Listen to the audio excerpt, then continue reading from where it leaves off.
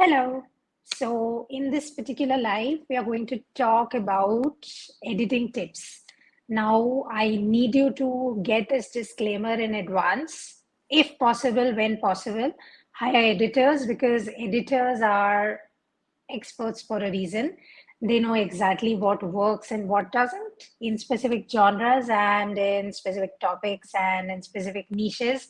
So, yeah, when you hire an editor, you pay them basically for that expertise. So, if possible, hire editors. However, I understand that not everyone has a budget to do that, especially in young writers or writers who have just started out. So this live is for you, where initially we are going to talk about some tips that you can follow to, say, self-edit your drafts and turn them into something resembling professional manuscripts. Okay. So can I get a hello or a hey or something so that I know that the broadcast has officially begun? Hi, Abu Bakr. Thank you so much for joining in. So yes, the broadcast is happening, and without further ado, I'll directly go into the tips. The number one tip, every single editor is going to give you this, and this is called distance makes the heart grow fonder. Basically, when you distance yourself from your draft, what will happen is, first of all, this distance is going to make you a wee bit more objective about your draft. Hello, Rishit, but thank you so much for joining in. Uh, so when you become more objective about your draft, what happens is mistakes that didn't really seem like mistakes start getting highlighted, right? So it won't happen if you are in the flow. It won't happen when you are really involved with your book. It will only happen when you put some distance between when you wrote your book and when you edited your book for the first time. Hello, Donald. Thank you so much for joining in. Uh, so put some distance between when you write your book and when you start editing your book, at least of a week, because you need to get out of that space, that headspace of a writer, where, let's be honest, whether you have written a fiction or a non-fiction, it was inspired from something based on the real world around you, right? Something you saw, or something you heard, or something you witnessed, influenced and inspired thoughts. Hey, Alex, thank you so much for joining in. And this inspired thought is what translates into plot for your fiction or non-fiction, right? And so you have seen this. You personally are extremely involved on a very personal, a very egoistic front, right? And you need to put in that line of demarcation. And for that, you have to take a break from your book before you start editing it. Because the number one advantage, besides expertise, that editors bring to the table is they know nothing about your book. Okay. They don't know you because they are not your friend. They don't know your book because they were not involved in your book being written at all. So when they read your book for the first time, they will be completely neutral, right? And when they give feedback, that feedback would be reader feedback, or rather an expert reader feedback, right? So you can be that expert for your own book as well.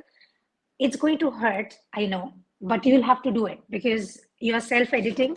And if you really, truly want your book to work, you have to be brutally honest, and you have to put some distance between when you write the book and when you sit down to edit your book for the first time. So bring this distance in. I ideally suggest doing at least 5 edits because you will keep finding things. You'll keep finding things that don't make sense the more you go into edit mode.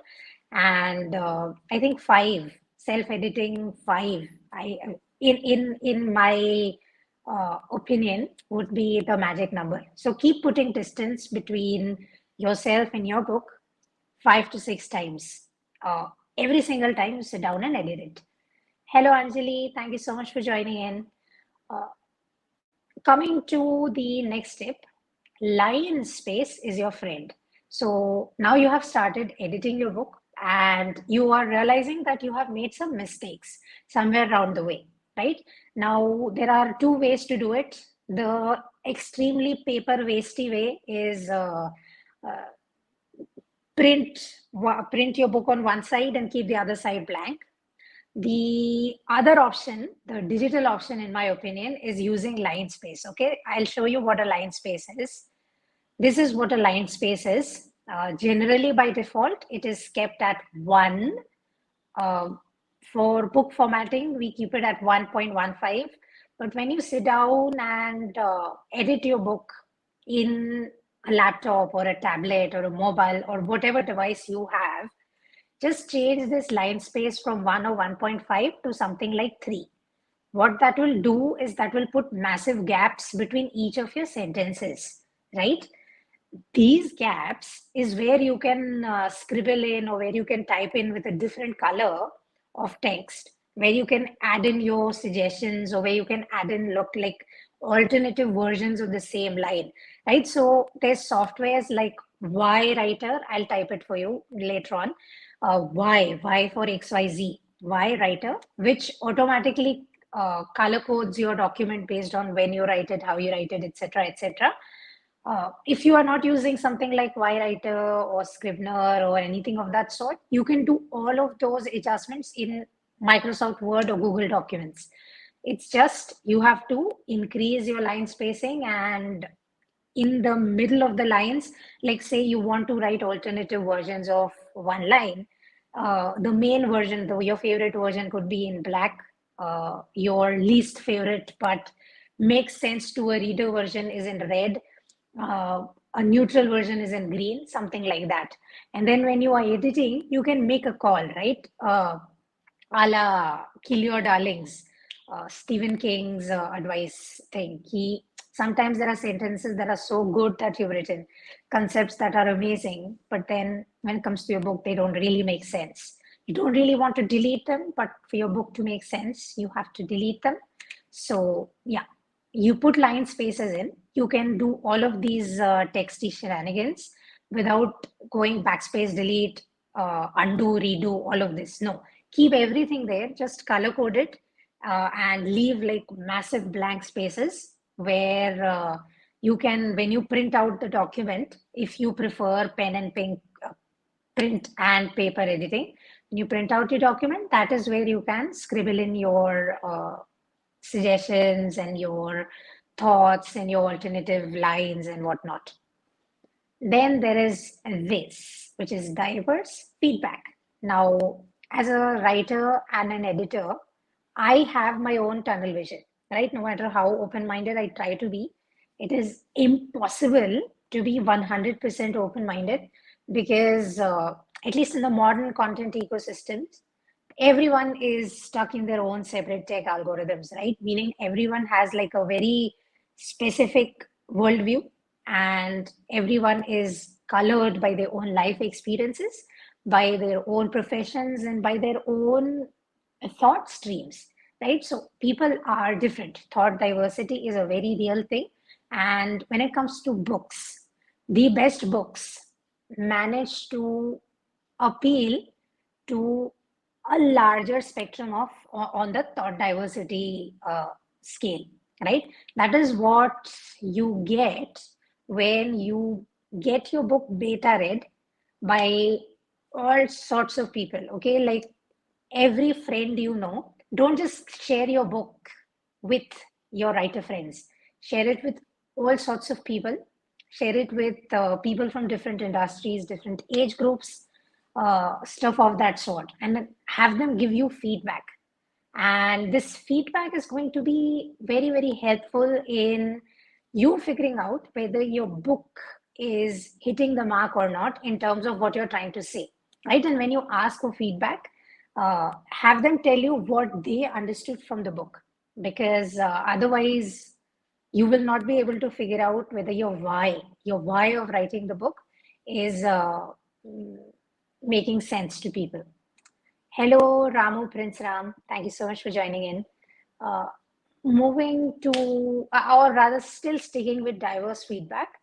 Um, Look, I know that feedback kind of hurts sometimes, because feedback, uh, sometimes when you give, say you give someone something to eat, right? You've worked very hard to make something, a new recipe, and this someone doesn't cook at all. Okay, like they are not a cook, they don't come to the kitchen, they just eat, and you've worked hard and you've made them something and you offered it to them, and they ate it, and suddenly they've turned into master chef judge. Okay, and they are giving you all of these like exquisite suggestions ki ye kam tha, wo kam tha, this was not good, this was not enough, etc., etc.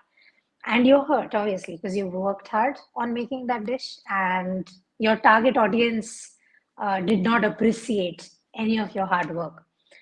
I understand why that hurts.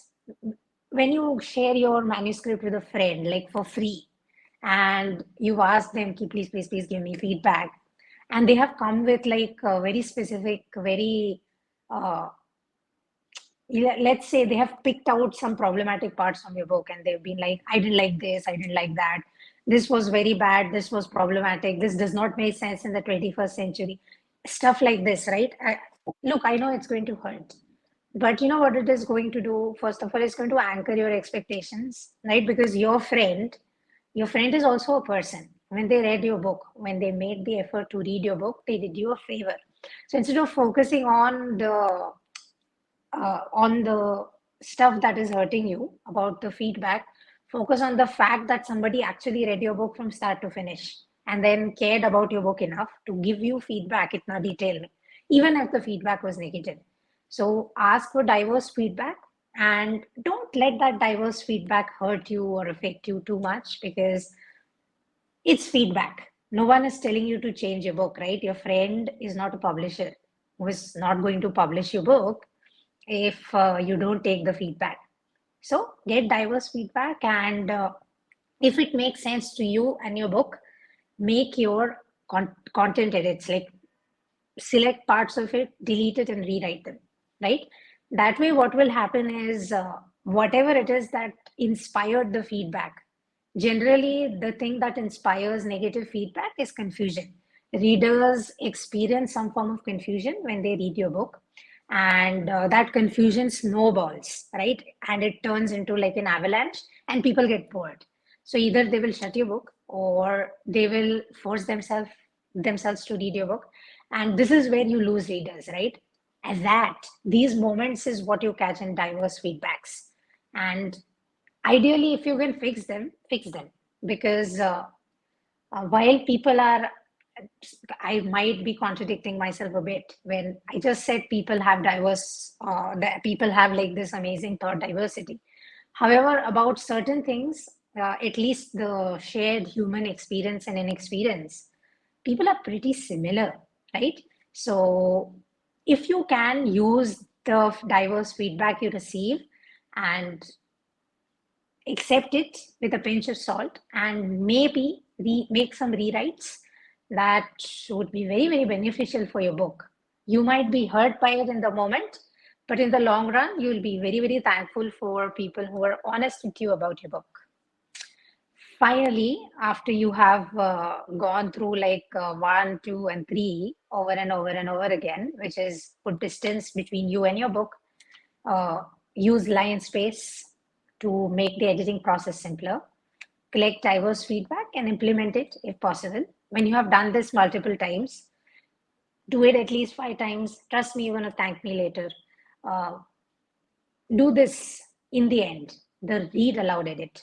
Now, read aloud edit is when you simply use your uh, in accessibility settings on your phone or laptop. I'm not sure about laptop, but phones and tablets, they in the accessibility settings of these devices, you have the read aloud option, right? There are apps. I'm not really sure because I have not used the apps yet, but I have heard that you can upload a PDF, and the PDF is read aloud in these apps and websites. So I'll find those apps and websites for you and put them in the comments after I wrap up the live stream. In retrospect, I should have done that before doing the live stream, but anyway, uh, things to learn for future. Read aloud, where you put your finalish draft and let a software read it out aloud, right? So say my ticker that is going down, making literature lit again with the LinkedIn Creator Accelerator program, India, hashtag the writing catalog, right? So when I read it like a software, like that mechanical softwarey thing, you realize that that hashtag thing sounds very weird. So ideally you want to remove hashtag from your draft. You know what I'm trying to say? So yeah, read aloud edit is very good, specifically for catching dialogue mistakes, right? Because sometimes how we speak, right? I am speaking, I say butch. And then when I write in my draft, when I'm writing something like, she said, while wagging her head, it seems very uh, artificial. Nobody talks like that. So in read aloud edits, you can catch very mechanical sound, very literature friendly, but not reader friendly sentences, right? So you can make your work more accessible by doing a read aloud edit, but do it in the end. And then after you do all of this, then sit down and do proofreading. Do not, I repeat, do not do Grammarly or Pro Writing Aid or any of these fancy like editing softwares in the first go, primarily because they will give you usage suggestions, right? And sometimes passive voice is very useful. So don't do proofreading in the first bit of your book. Do it at the very end, after all other forms of editing is over, then do proofreading. I've got some comments. Let's go through it. Seichiro-san says sometimes we can decode feedback and have a reunion to our own feeling, but it will be hard to accept hard opinion. That is not feedback. Absolutely. And yeah, it's very difficult to hear feedback, specifically when it is coming from people who are not writers themselves. However, most of your readers won't be writers, right? So take it with a pinch of salt. It's going to hurt, accept it. And then, as Seichiro-san says, he's from the country of Ikigai.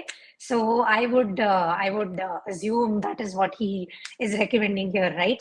Make your own feelings about the suggestion with the feelings of the person who has given you feedback. Look for like that intersection point where everything is meeting, right? And when you keep getting the same type of feedback again and again, chances are that is probably a big mistake that you have made, that other people are catching but you are not catching, right? So like, yeah, as he says, look for this point where there's a reunion of feelings, your feelings and the feelings and opinions of your beta readers or people who are giving you feedback. A question, I suppose, from Rishi Bhatt. Thank you so much for sticking with the thing, Rishi. Should you give it to the people who are your target audience, or we should also give out to the people? Oh, this is such a great question. So the question is asking ki the reader feedback pool, what should your feedback pool be like? So the answer to this is it depends. Okay. Now, this is a live I should have done before in retrospect, and I'm going to put it on the docket, which is the priority of your book. What is the priority of your book, right? If the priority of your book is to inform a very specific section of society, say for example, I write a book called DIY tips for editing your book. I don't really need that book to be beta read by engineers, right? I only need that book to be beta read by people who are looking to turn into a writer, right? So depending on what your book's priority is. Now, if your book's priority is to appeal to mass audience, this is where you have like a very diverse pool, like all sorts of people, all age groups, all profession groups. Hit as broad as you can, right? Hit as broad as you can with your beta feedback group if you want to hit mass market. However, if you are sticking with something like um, niches, or if you have like a lead magnet or something like that, I think niching down, even with your feedback, right? Ask people within your industry, get advice from those who have experience in terms of age and in terms of qualifications also, if they agree. to give you feedback, because not every book requires mass market appeal, right? So even before you start writing your book, I think this is where you make peace with the priority of your book. So how diverse your beta feedback becomes completely aligns with how or completely matches with how your priority and how your book's TG match up. So I would say what you want your target audience to be, right? Get your book beta read by those people. If you are targeting, say, I have a friend who is working on a book, right? And his ideal reader persona right now is a 30 to 40-year-old woman, uh, Caucasian woman, right? That is his persona, ideal reader persona. And he is basing his entire book based on this hypothetical reader.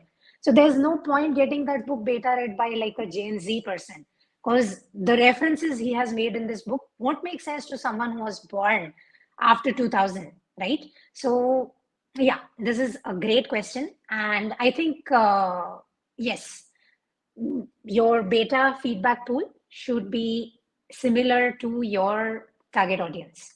Whatever your reader persona is, make it align with your ideal beta reader persona also. Uh, Thank you so much for joining in, Anshuman. And yes, I am really, really enjoying Shweta Tiwari's comments on all of these editing posts. So thank you so much for tagging her. And it's been great to hear from people, who've been in the industry for years on topics of this sort.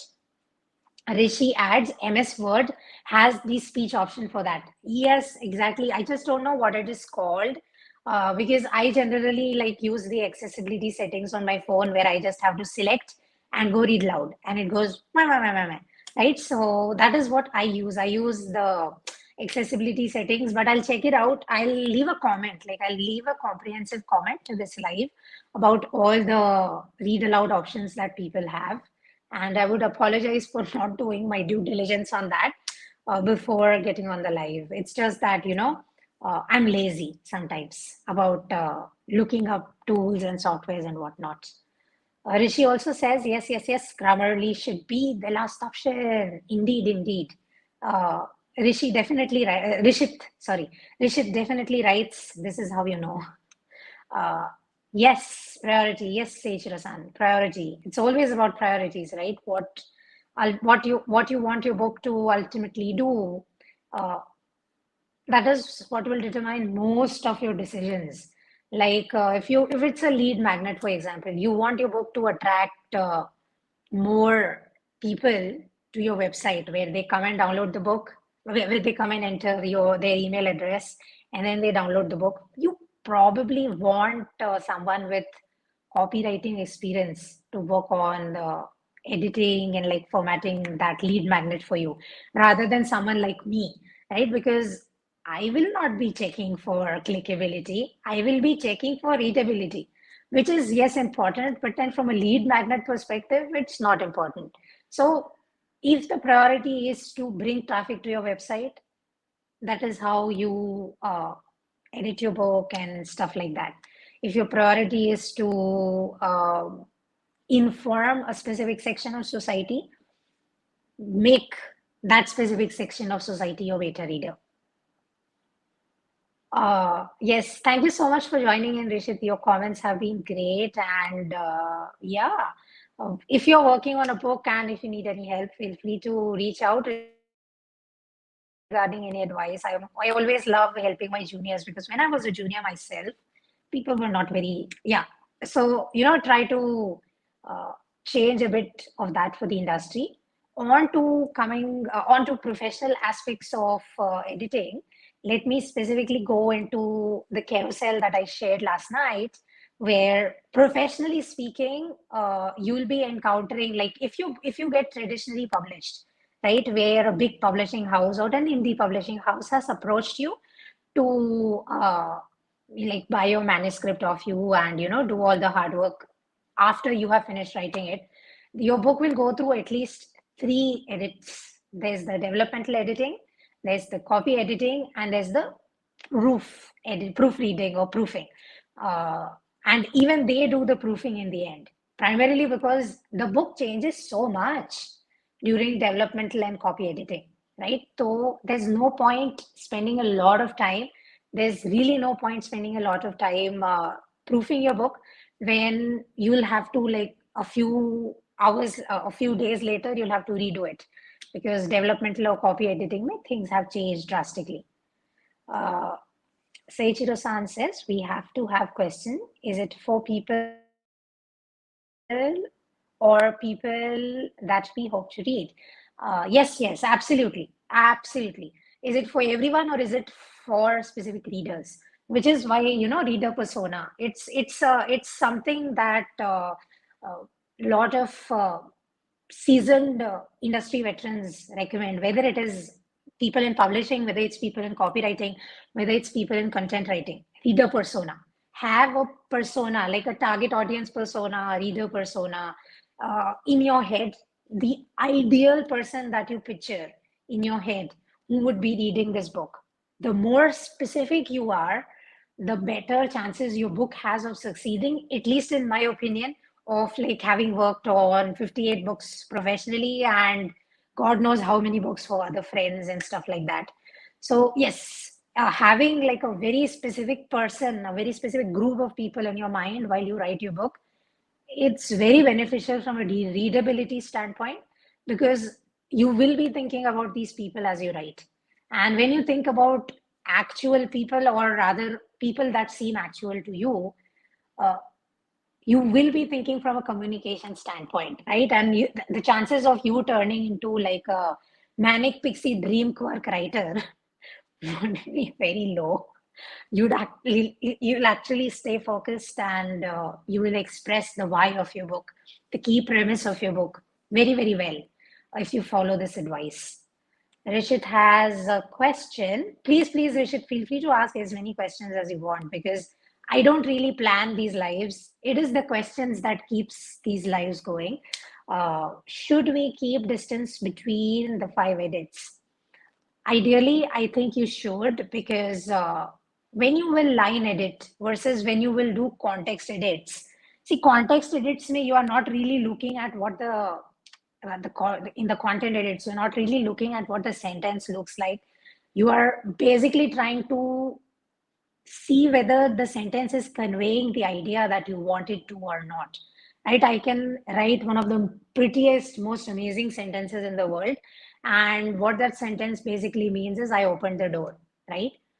So after reading the sentence, if nobody understands that the door is opening, any amount of edits won't, or any amount of distance won't really fix that.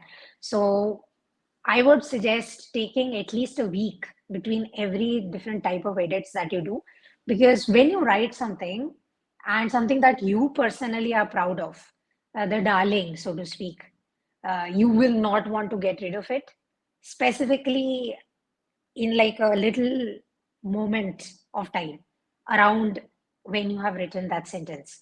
So put at least a week between, try to like put your manuscript out of your mind completely in this week. And the way I deal with this is with my professional work, I work on 2 books simultaneously. So while I'm working on one book, I will put that book 1 aside and then I will start working on book 2, right? So I'll keep jumping between these 2 books so that either of the book doesn't really disillusion me on a editing front, right? Where my personal feelings about something amazing that I've done, the ego, so to speak, right? Where you are so proud of something you've done and that thing doesn't really work. So put at least a week, I would suggest, between every different type of edit, if possible, because I think it is beneficial. A week minimum is beneficial.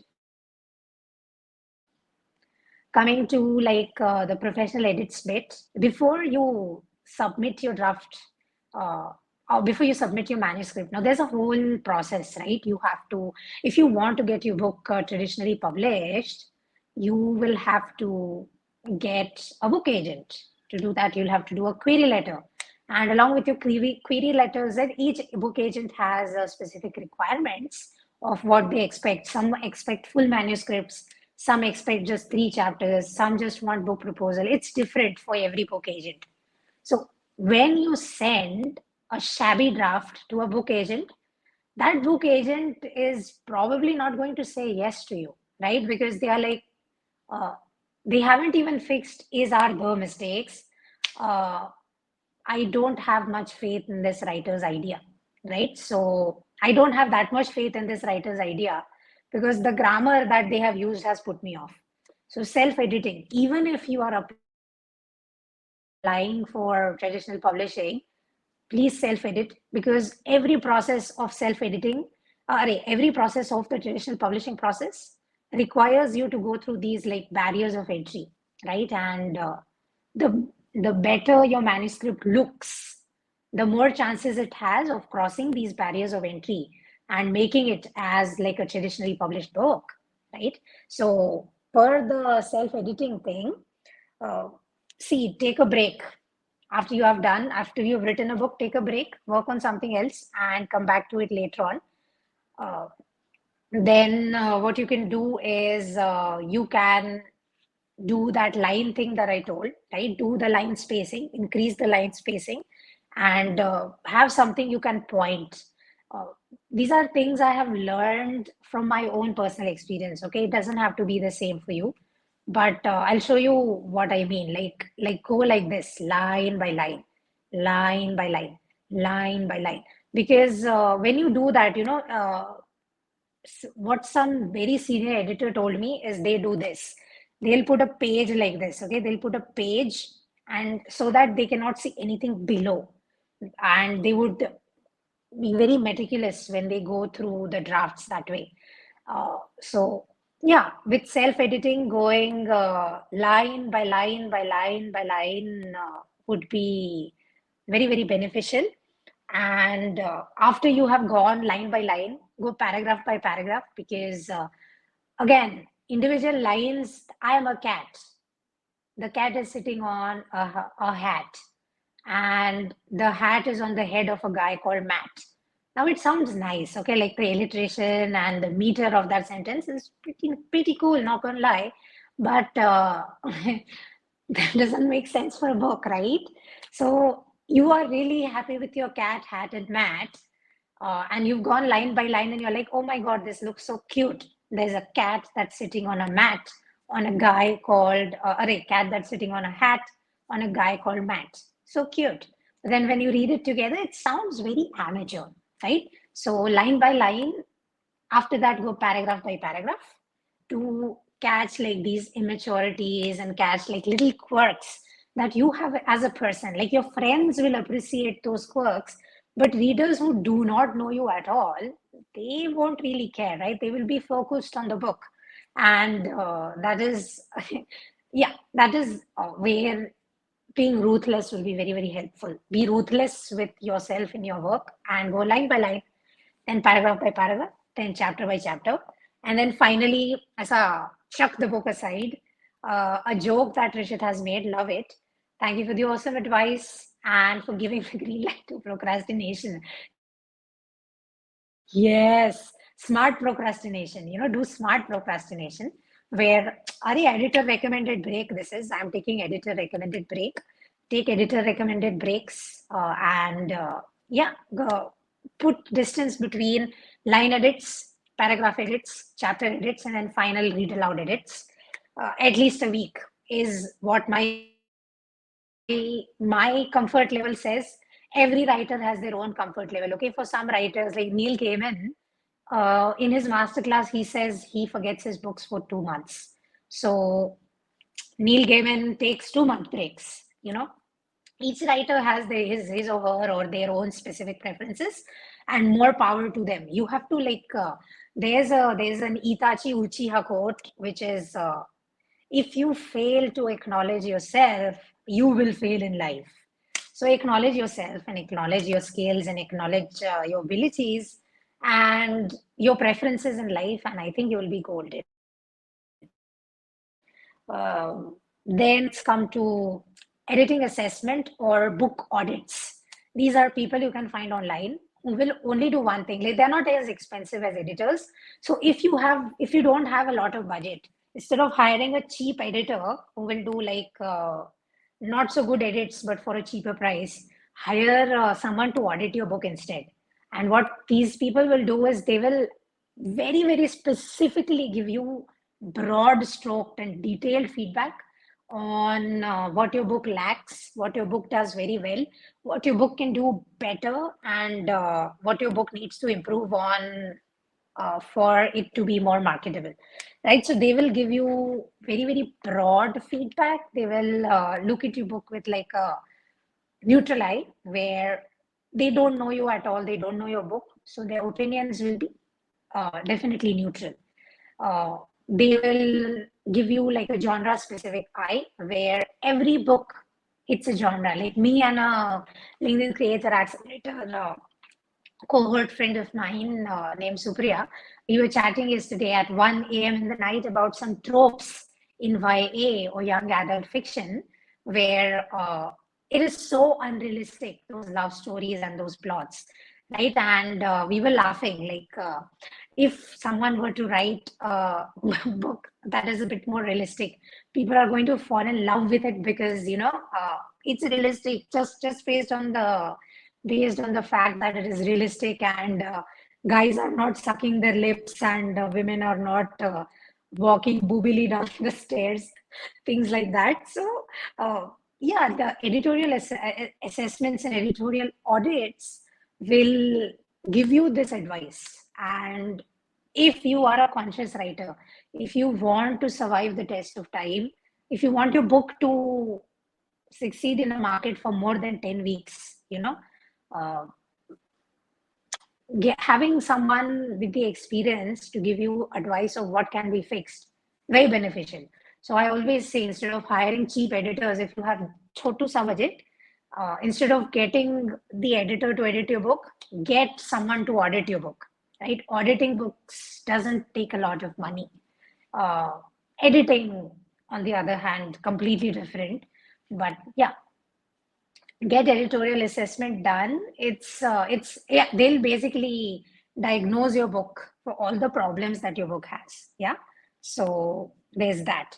Also, I think as my last line here says, they kind of save you from wasting your single shot, because the publishing industry has like a memory of sorts, right? Where say you have a contact in this very nice publishing house, and you have written a manuscript, and you have asked your contact to send your manuscript to the slush pile, or like the pending books pile. And the book that you have sent, it's good, but it's not exceptional, right? And there are lots of good books. You want your book to stand out, you want it to be exceptional. And to do that, you need it to be a bit bulletproof. So they will save you from wasting your single shot, and you ideally don't want to waste that single shot, because people have a memory, right, about especially contacts and your networking things. If you use them, if you use your contacts once and the results were very disappointing for you and for them also, next time they'll be very wary of answering your email or picking up your call, because they are like, "Arey, fir se the same whole thing." You don't want that. So editorial assessment saves you from that. Coming to developmental editing. Now, developmental editing is, I think, one of the first stages when your book actually starts resembling a manuscript. Because before that, your book is like a very big blog of sorts, where you have blabbed on, blabbed off, opined, right? Over explained, under explained. You have done all of these things in your first draft. And now that draft has to turn into manuscript. That is why we call it developmental editing. We develop the book. We develop the book and turn it from like a random jumble of Word documents or whatnot into something that can at some point in time be bound into a book. Okay, so what developmental editing will do is, first of all, they are like they are de- my experience with developmental editors has been so great. Like the kind of feedback that comes from there, it is chef's kiss level perfection. Okay, like I'm not even. They go through the idea that you have expressed, right? They won't ask you what your book is about. Like say something like Harry Potter. Harry Potter was about death, right? The key idea in that book was death. Intention was death, and obstacle was love. Generally, it is ulta, right? People want intention to be love, and the obstacle is death. But in Harry Potter, it was ulta. And when that book was probably developed, the developmental editor would have definitely picked up on these ideas, picked up on these POVs, picked up on these themes, and they never really ask you. Like your book proposal is there with the book agent, and it's there with the publishing house, and it's there with the key editor, but the developmental editor is going to like look at your book and give you what their professional opinion uh, suggests is the idea that your book is trying to put across, the narrative threads your book is pulling on, the way your plot is working, the kind of inconsistencies that show up in your book, like let's take Harry Potter for example, right? In the Deathly Hollows, Death Eaters do that thing to the bridge, right? The bridge is completely collapsed, and like Harry Potter universe is set up in before year 2000, and that bridge was constructed I think in 2000 or 2002 or something like that. So how is that bridge getting destroyed by the 1990s mein ho? That is an inconsistency, right? So developmental editors catch issues of this sort, and they're not successful always, but they're more successful than us as writers. I'll check the two comments. uh, yes, yes, Susan, I will have a book weekend. Much for joining in. Meete kurite arigato. And Mohit, I don't know what you are interested in, but thank you so much for joining the live. And I hope you are getting some value from this. Coming to what we're talking about, which is developmental editing. Yeah, they will catch these themes, and they'll give you feedback on these themes, and they'll give you uh, their take on what they got from the book, and then they will tell you ki this needs to be rewritten, this needs to be redone, this needs to be you know, adjusted, like make chapter 3 and chapter 2, make chapter 5 chapter 20, you know, things like that. It doesn't make sense when you hear it like that, but trust me, when a developmental editor goes through your book, the changes, like the changes that happen to your book, it's so good, right? Like I have not really done a lot of fictional developmental editing, but I'm learning, and the kind of changes that we see come through even like a very very small article, like a 5,000 worder, where just rearranging certain paragraphs a certain way, and rewording, or rather using adverbs and adjectives strategically, the difference that makes it so good.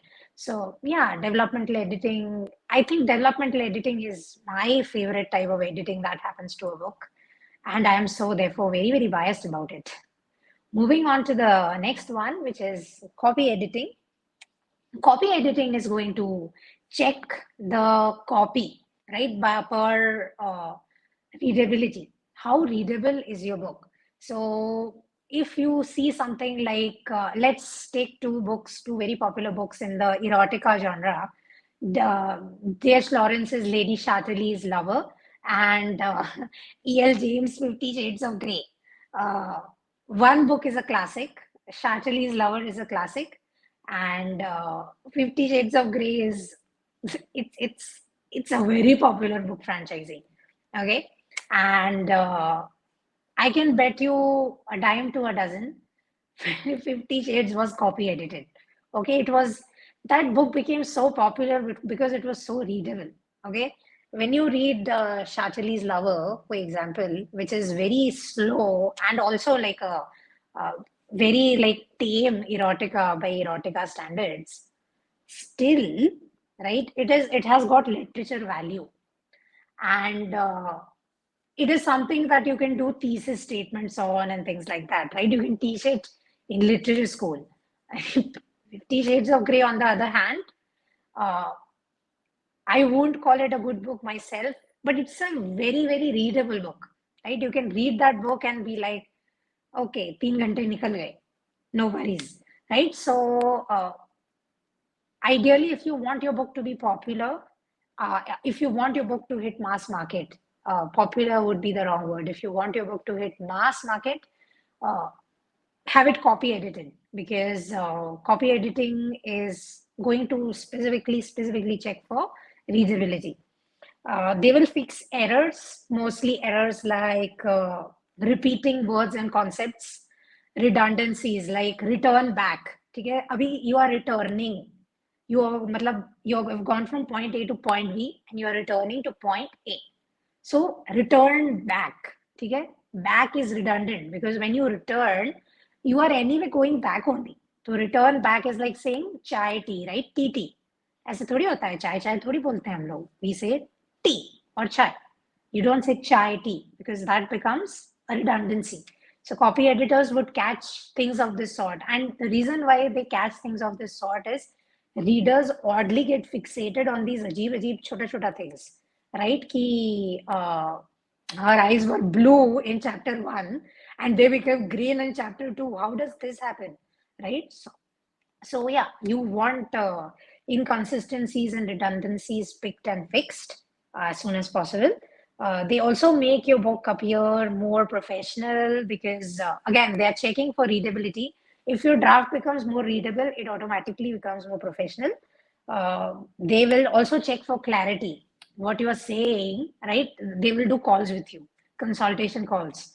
What you are saying, is it being conveyed, right? They'll check for that. And if it is, they'll give you a go ahead. If it is not, they will ask you to rewrite. And with why traditional publishing is so worth it is because of the rewriting process. The amount of rewriting you have to do in traditional publishing is whoosh, it's so much. It is so much. But in doing those rewrites is how you make your manuscript so good, right? Which is why traditional publishing has, comparatively speaking, bigger payoffs. Moving to last bit on copy editing, like they also check for fitness for development, right? Agar, if the book is ready to be developed, then they will send it for development. Otherwise, they'll keep sending it for rewriting. And they'll also check for reader focus. Ki how focused would an average reader stay with your draft as they read it? So there's that. Then there's the next one, which is line editing. Line editing तो self explanatory. Line by line जाना है आपको. You have to go line by line by line, and you have to specifically check for flow, right? How your sentences are flowing. And this is where things like meter of your sentences, very technical details to be honest, but the sound of your sentences, okay? How your sentences sound. When you read something like Crime and Punishment by Fyodor Dostoevsky, even if the book is dealing with like some very dark themes, what you realize is the way the words are coming at you. They're very lyrical, okay?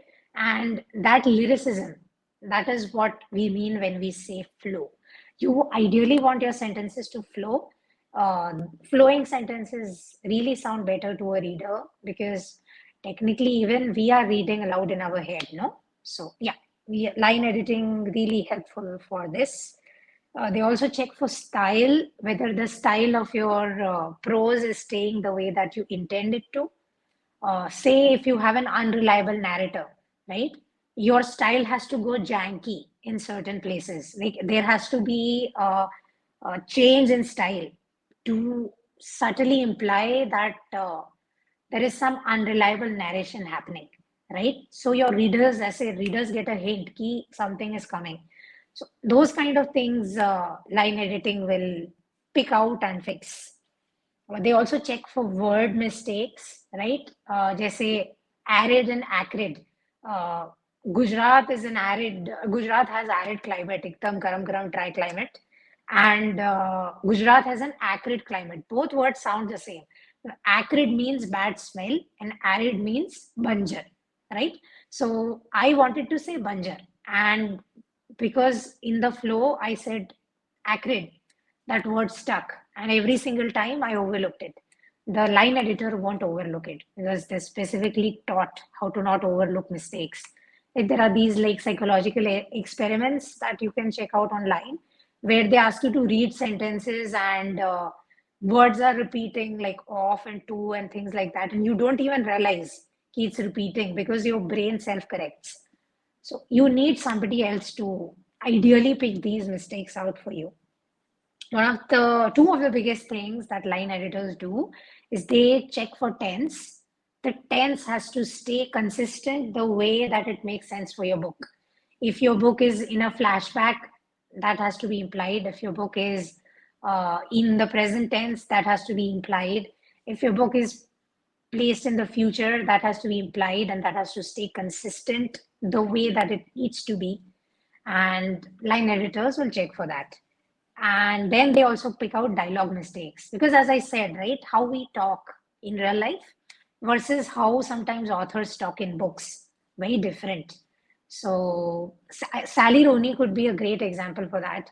Sally Rooney does not use dialogue tags. She does not use like whoa, sorry, the two. Why am I forgetting what it's called? The two commas. See, this is what happens in the moment. Sometimes you have a brain fart. So the two commas that we use to indicate a sentence is a dialogue, the dialogue tag. She does not use dialogue tags like he said, she said, he exclaimed, she exclaimed. She does not even use those commas. She straight up just writes a sentence. And people either love it or people either hate it. But she's a best-selling author, right? Why? Because the monologues and the dialogues, the way those sentences are flowing, it really seems like two very intellectually people are having a very privileged conversation with each other. It comes off. The dialogue tag is not required at all, right? So line editors will see to it that syntax or not, the thing makes sense to the readers. Then let's come to Akhri wala, which is fact checking and proofreading or proofing. This is where all your facts and all your citations and all the things that you have referred here and there would be checked. Say, for example, I say Great Gatsby was written in 1940, which is not true. I think it was written in 1920. I'm not sure. You can easily check it out and fact check it against information that is available, and then you can cite it in your citations for good measures, because you don't want people to later on claim that you copied or you use their work without attrition or without attribution, things like that. So fact checking and proofing will go through your book and fix all the chota mistakes. Is the comma, dangling modifiers, whatnot, every single thing. They will check numbering, captioning. Just say your photograph is of a flower and the caption reads, "This is a bell," right? No, it's not a bell, it's a flower, right? Sometimes it happens. The formatting mistakes also happen. So they will see to it that those mistakes don't happen. They'll see that the caption and the image and numbering and all of this is done properly. Spelling and grammar checking, catching things that were missed by all the other editing that have happened before.